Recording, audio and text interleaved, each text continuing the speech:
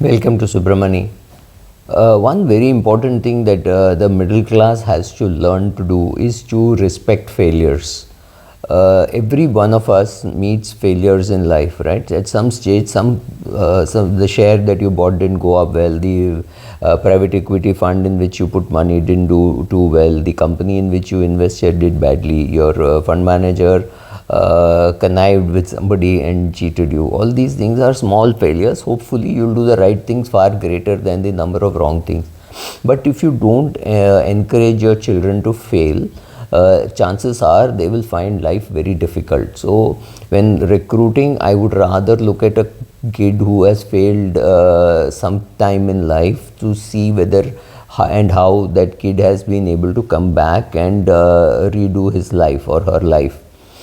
So therefore, while recruiting, it's also important to recruit somebody who has played some sport, because in sport failure is a guarantee. Because if you play with people your equals, one day you will win, one day you will lose. If you're only winning, it means you're playing way below your level, and if you're only losing, playing way above your or the reverse. You're playing very tough opponents. So if you're playing a state level representative, carom, badminton, table tennis, doesn't really matter. The chances are you will get clobbered regularly, but you might be improving. So when you go and play with people your level or slightly lower than your level, you will win very easily. So failures are very useful to learn. So when somebody does $1 billion exit or a $3 billion exit, you should be willing to celebrate. But we are more than happy to celebrate failures when Zomato prices fall.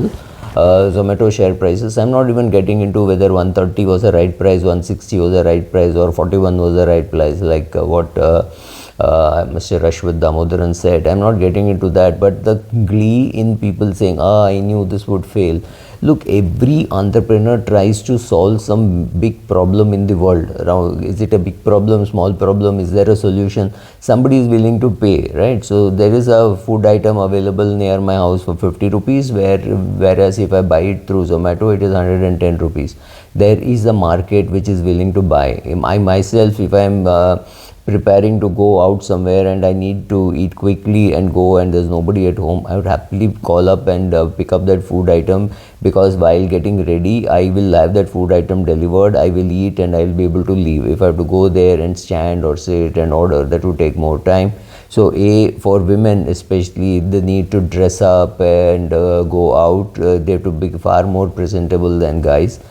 So, and again, a function of age. Somebody my age might wonder and say, it's just 400 meters, let me go there and eat. But a younger girl who's coming from office at 9:30 may not want to go and stand in a place where there are no women. So for them, Zomato is far more useful. So every entrepreneur is trying to solve some problem somewhere and tries to get an exit. Remember, very few of them succeed and come up to the Zomato level. Many of them fail, and it is nice to see IITs and IIM throwing up a lot of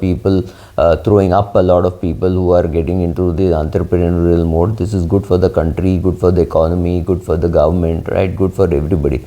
Look at the amount of taxes which Zomato and Ola and Uber are paying, not just them as companies, but having created so many entrepreneurs at the lowest end. You want to call them employees, entrepreneurs, doesn't really matter. All they give you is an app, and then whatever commission you collect, they collect the commission. Maybe they keep 10, 20, 30%, whatever it is, and they give it to you. Now, if Ola margins go up from 5% to 10% to 20% to 30%, it's fairly obvious they will invite somebody else to come into this business. Maybe Uber will work on lesser margins, or XYZ, some new person will come out with another product which is you could just quote whatever money that you want to pay, and some driver could pick you up and do that. Like for example, if I want to go to Pune, and there is an app which is available saying Subra wants to go to Pune for 350 rupees, there may be somebody who is available. So if I find that I want to go with an Ola or Uber, I may be willing to pay say 3,500 rupees. But if I'm willing to say, okay, for 350 rupees if I get a lift, or for 500 rupees if I get a lift, if there is a lift software that will work, but somebody has to put together all that project and create it, make that app, and then hope that it makes money. Now my take on entrepreneurship is very simple. If you belong to a house where if you do business, let's say your name is Suresh, and you do some business and that business fails, and your whole community clan goes around saying, oh, Suresh failed, Suresh failed, Suresh failed.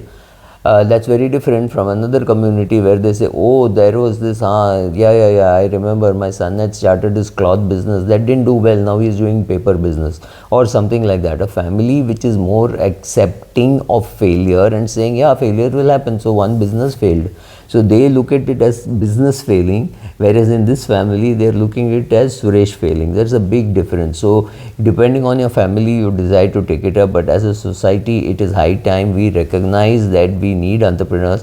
Entrepreneurs are doing a great job and we should be supporting them. I'm not saying you should buy every share at the peak valuation, but you need to understand that exit is not very easy.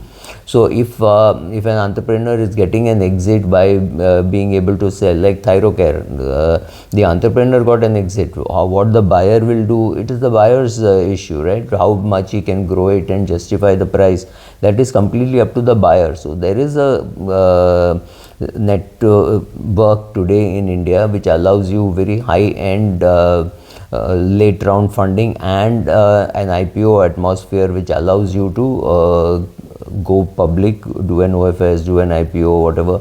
It is good, but it has to be better. Our middle class has to change its values and stop saying Ambani, Adani for everything and say, oh, this went wrong, so it must be Ambani caused it or Adani caused it. These people are creating wealth.